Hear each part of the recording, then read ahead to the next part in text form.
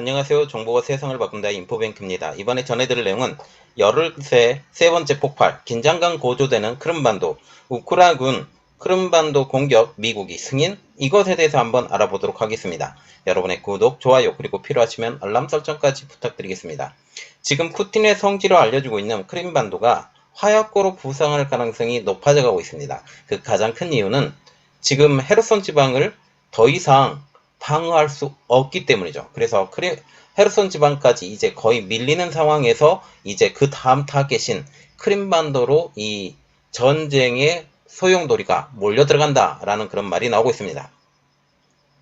이미 헤르손과 같은 경우는 러시아군 점령지긴 하죠.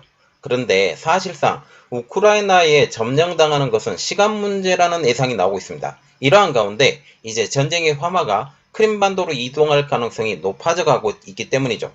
지난 9일 크림반도 내 사키 공군기지의 폭발에 이어서 장코이 지역에 있는 군부대 탄약고까지 폭발하고 있기 때문입니다. 열흘 새 세 번의 폭발로 크림반도에 긴장감이 흐르고 있습니다.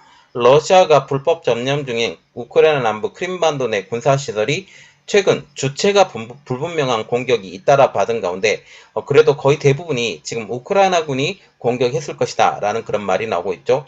한 번이라면 어느 정도 인정이 받겠지만 세 번까지 됐기 때문에 어떤 주체가 있을 것이다. 그 주체는 우크라이나일 것이다. 러시아가 자작극할 필요는 거의 없거든요. 이러한 가운데 미국이 우크라이나에 크림반도 공격을 승인해줬다라는 미국의 언론 보도가 나와서 주목을 받고 있습니다. 자, 그래서 먼저 알아볼 내용은 열흘 새 세 번째 폭발, 긴장감 고조되는 크림반도입니다. 그 중에 먼저 알아볼 내용은 지금 헤르손 지방이 사실상 우크라이나군에 떨어졌다라는 그런 말이 나오고 있어요. 그것 때문에 러시아군의 일부 퇴각에 대해서 먼저 알아보도록 하겠습니다. 우크라이나 남부 헤르손 지역을 점령하고 있던 러시아군이 보급로인 노바카우바카 다리마저 끊기며 사실상 고립된 것으로 알려지고 있죠.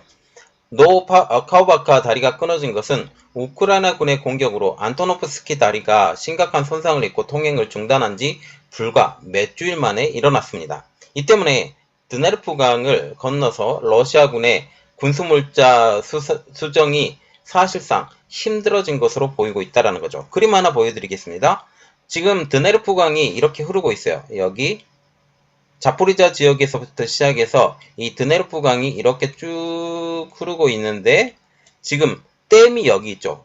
노바카우바카 다리가 이제 댐하고 연결된 다리인데 노바카우바카가 지금 드네르프강 건너편에 있습니다. 그래서 이 댐이 무너지지 않게 하고 공격을 정밀하게 했다라는 거죠. 그리고 안토노프스키 다리가 있는데 안토노프스키 다리와 안토노프스키 철교 이 두 가지가 있는데 두 개 다 공격을 받게 된 것입니다. 이 두 개의 공격을 통해서 철길도 끊어졌죠. 지금 도로도 끊어졌죠. 그래서 이제 공병대를 통해서 보수를 한다든지 이러한 것들을 계속 해야 되는데 수리를 해놓으면 다시 공격, 수리를 해놓으면 다시 공격. 그래서 사실상 헤르손 지역에 지금 거대한 그 돈바스 지역에서 공격을 하고 있던 그 정규군 자체를 러시아군이 이 헤르손 지방으로 움직였는데 이 헤르손 지방까지 지금 어려워지게 됐다라는 거죠. 헤르손 지방이 사실상 우크라이나군에 넘어가게 되면 이 다음 크림반도가 어려워지기 때문에 여기를 철동같이 막으려고 노력하고 있다는 사실이죠. 여기 그림으로도 보여드리는데 드네르프강을 중심으로 해서 지금 헤르손 지방이 그 위쪽 지방 그리고 그 밑에 지방에도 지금 헤르손 지방이 있는데 여기 밑에 보시면 크림반도가 여기 있어요. 크리미아라고 불리는 이 크림반도가 이제 헤르손 지방의 점령 그리고 여기 조금만 더 가면 크림반도까지 쳐들어올 수 있는 이러한 상황까지 벌어진다라는 사실이죠. 이렇듯 우크라이나군이 지난달부터 드니로프 이남에서 헤르손으로 연결되는 주요 보급로 3곳을 집중적으로 공격하면서 군수품과 연료가 떨어지는 바람에 일부 러시아군이 부랴부랴 헤르손을 빠져나간 것으로 알려지고 있습니다. 특히 이곳에 머무르고 있던 러시아군의 사기까지 떨어진 것까지 우리가 알 수가 있죠. 16일 CNN 방송은 헤르손 지역 드니르프강 서안에 주둔 중인 러시아군이 우크라이나군의 공격으로 보급이 끊길 위험에 처하자 강 건너 반대편으로 이동 중이라고 보도를 했습니다. 비탈리 킴 미콜라이우 주지사도 13일 텔레그램에서 러시아군 지도부 전체가 드니로프강 건너편에 옮겼다고 주장을 했고, 유리 소보레우스키 헤르손 제1부의장도 러시아군 사령부 상당 부분이 이미 헤르손을 떠났다고 얘기를 하고 있습니다. 그래서 지금 드니로프강을 중심으로 해서 보급로가 3곳이 있었는데 이 3곳 다 사실상 어려워지게 되면서 보급로 자체가 쭉 뒤로 돌아가야 돼요. 여기 보시면 이 보급로 자체를 만약 드니로프강이 지금 여기 보급로 3곳이 안 되면 이렇게 삥 돌아서 들어와야 되는데 돌아서 들어올 방법이 없습니다.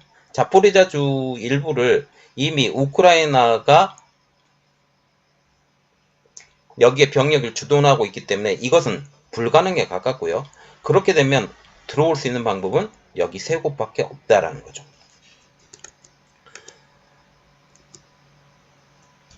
이렇게 상황이 진전되게 되자 이제 우크라이나군의 다음 타겟이 어디냐? 지금 크림반도로 타겟이 정해진 것으로 보이고 있습니다.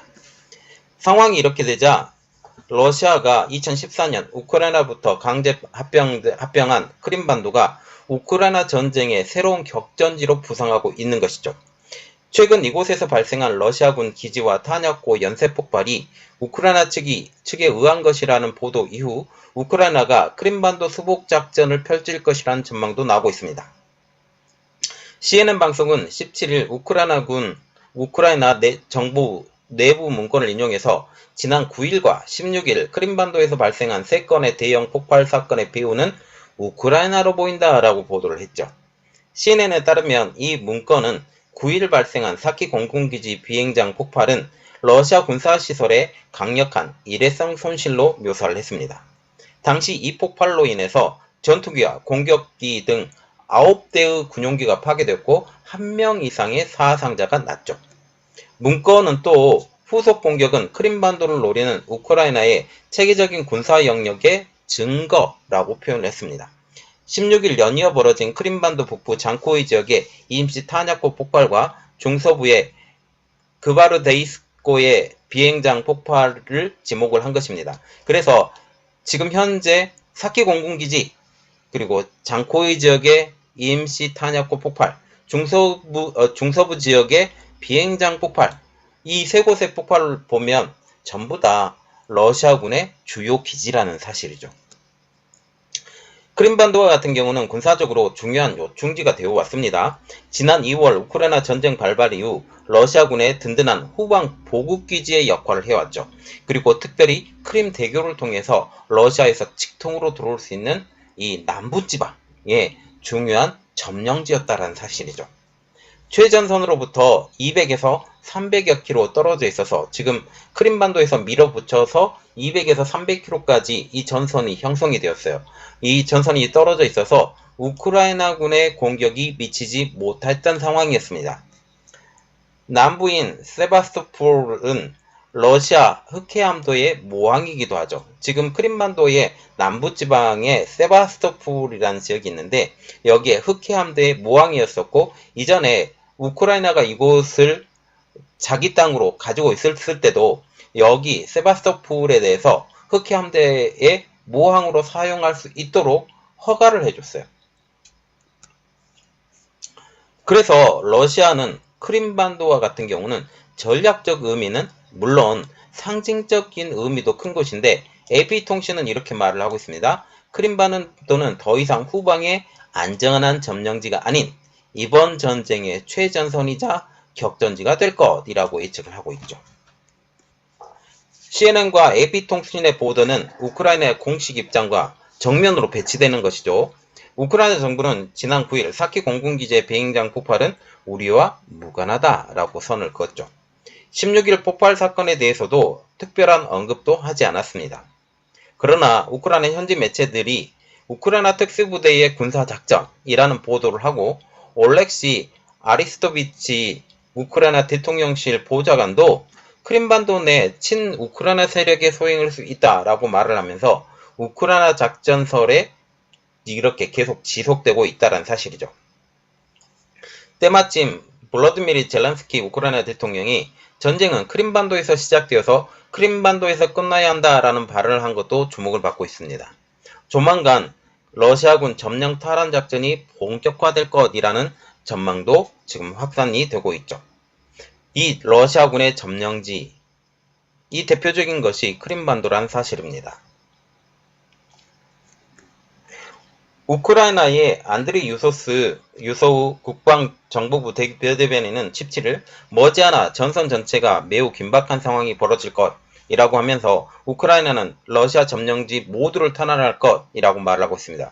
그래서 러시아가 이전에 점령을 했었던 2014년도부터 점령을 했었던 지금 크림반도까지 다 빼앗겠다라고 말을 하게 된 거죠.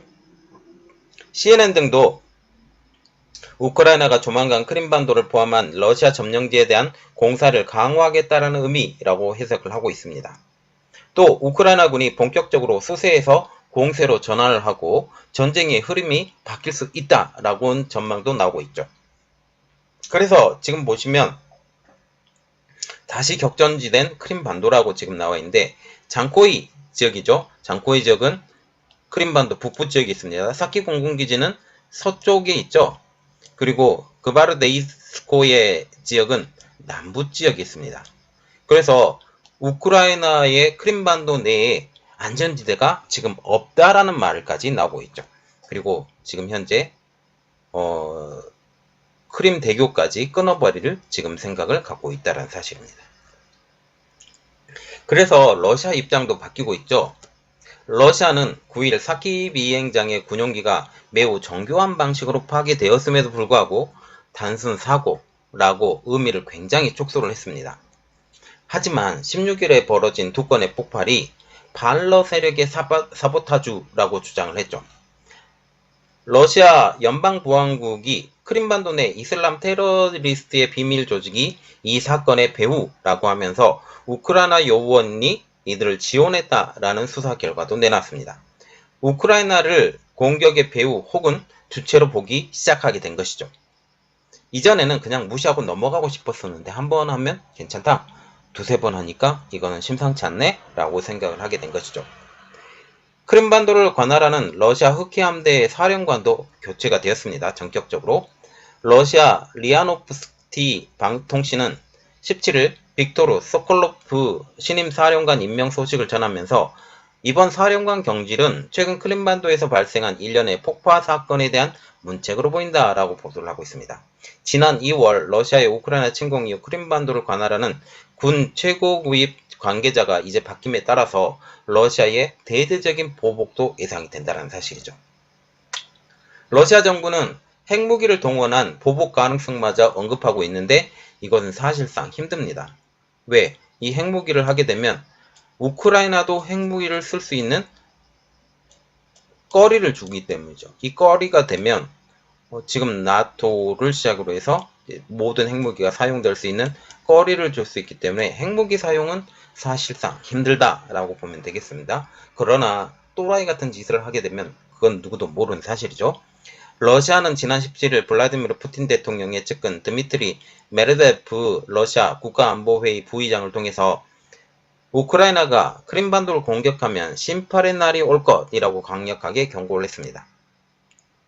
이런 상황에서 미국이 우크라이나 크림반도 공격을 승인해줬다라는 미국 언론 보도가 나와서 주목받고 있죠. 자, 그래서 이번에 알아볼 내용은 우크라이나 크림반도 공격 미국이 승인입니다.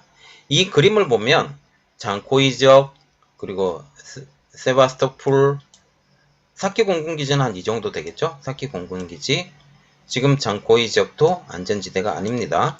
그러면 세바스토폴까지 공격을 받을 수 있다라는 측면까지 우리가 생각할 수 있죠. 자, 크림반도의 일지를 보면 2014년도에 병합을 한 상황, 이 상황을 볼 수가 있습니다. 미국과 같은 경우는 크림반도를 우크라이나 주권이 미치는 영토로 간주를 하고 자위적 방어수단에서 공격을 승인해줬다라는 이야기가 나오고 있습니다.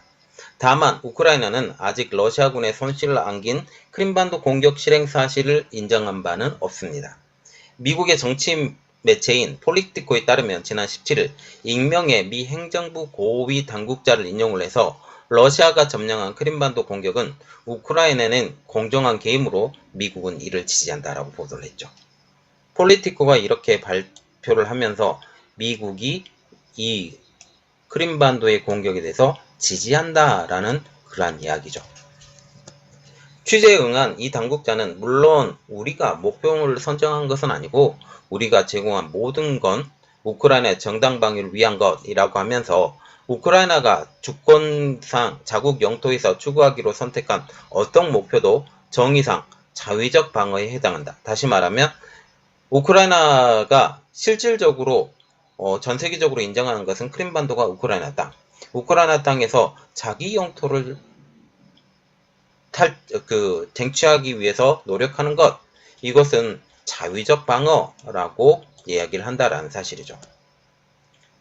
이 당국자는 크림반도 주권이 우크라이나 영토에 있다고 간주하느냐라는 질문에 분명히 이렇게 말했습니다. 크림반도는 우크라이나 땅이다 라고 답했다고 이 매체는 전하고 있죠.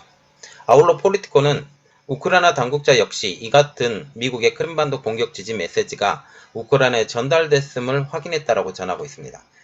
지금 이렇게 말이 나오는 것은 실질적으로 미국 정부가 이러한 것을 의도했든 의도 안 했든 지지하는 것이죠. 조 바이든 미국 행정부의 지지 내용 승인 입장이 공식 채널로 우크라이나에 전달된 것으로 보이고 있다는 사실이죠. 자, 이렇게 보면서 지금 우크라이나가 크림반도를 공격했던 것, 미국의 지지가 없으면 전혀 할 수 없는 것, 에이테캠스까지 지원했다라는 말까지 나오고 있는데 실질적으로 에이테캠스의 지원이 됐을 것 같아요. 아니면 흐름, 아니면 여러가지 탄도미사일까지 지원을 했을 가능성이 있고 미국과의 협상을 통해서 러시아는 공격하지 않겠다라는 그런 말까지 나올 수 있습니다. 지금 이 상황을 보면서 어떻게 될까? 어떤 상황으로 진행될까에 대해서 한번 우리가 자세히 지켜보도록 하겠습니다. 그리고 지금 현재 헤르손이 사실상 우크라이나 소중에 넘어갔다라는 말이 계속 들려오고 있는데 이것에 대해서 분석을 여러분들에게 한 번 더 해드리도록 하겠습니다. 이번 내용은 여기까지 하겠고요. 저희 내용이 여러분들에게 도움이 됐다고 생각을 하시면 구독과 좋아요 그리고 필요하시면 알람 설정까지 부탁드리겠습니다. 감사합니다.